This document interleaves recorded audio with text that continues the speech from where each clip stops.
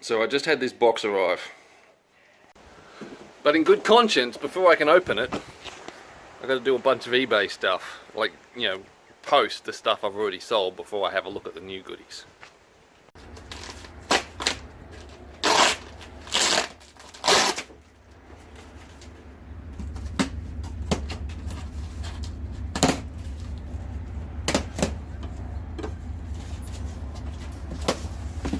Alrighty.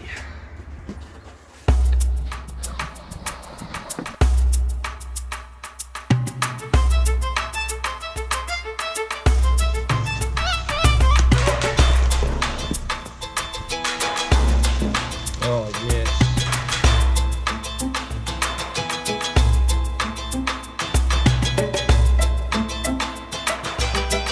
Ah, I remember. Yes. Little snips. Yeah, forged and laminated. You can see the change in the metal just there.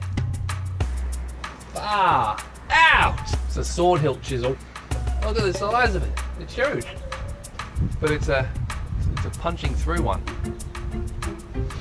Now these have seen some serious work.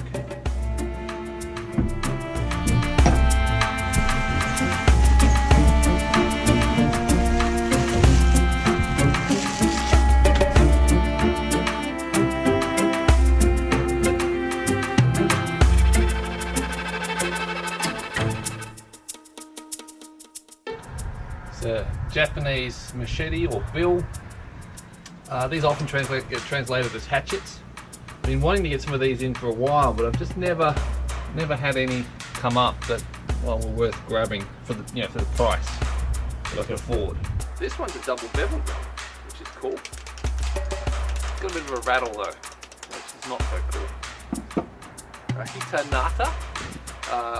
I'm just about ready to publish a restoration on one of these.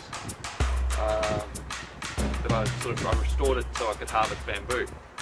This one's pretty rusted. It looks shiny, but that's because it's been polished with a wire brush. And actually it's quite rusty even though it looks shiny. But that's because wire brushes polish the rust. They don't actually remove it, they just sort of clean off the loose rust on the outside, and the remaining rust that's stuck to the steel they polish. So if you ever see something that has this sort of browny polished look to it, know that it's been wire brushed and possibly consider not paying as much for it. Jointing Kanna die. Pretty good chip breaker.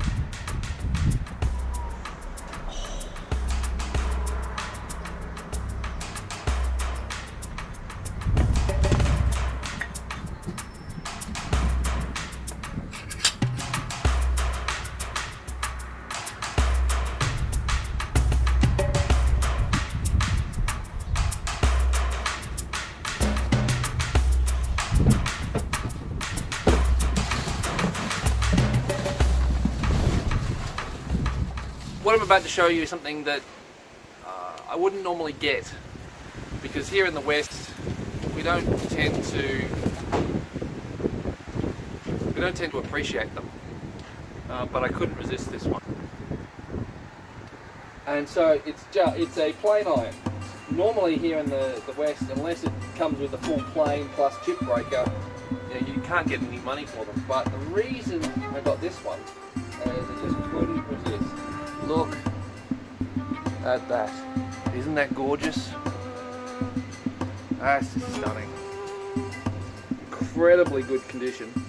Basically, it just needs a polish, a sharpen, and it's ready to use. Well, of course, you've got to make the die for it and everything, but you know what I mean. Well, that's it for another unboxing. Oh, actually, I've got one more tool to show you, but before I do, in the next couple of videos, I'll be getting back into the workshop build. I've got a hitanata to restore. I mentioned that earlier. Then the video for that is almost done, ready to publish.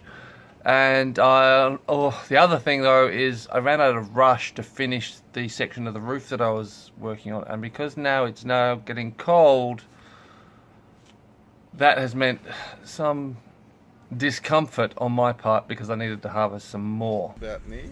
It's knee height and high tower here. Oh! But anyway, enough of that. This axe, I don't know what it's for, and if anyone can give me some suggestions, it's very hefty.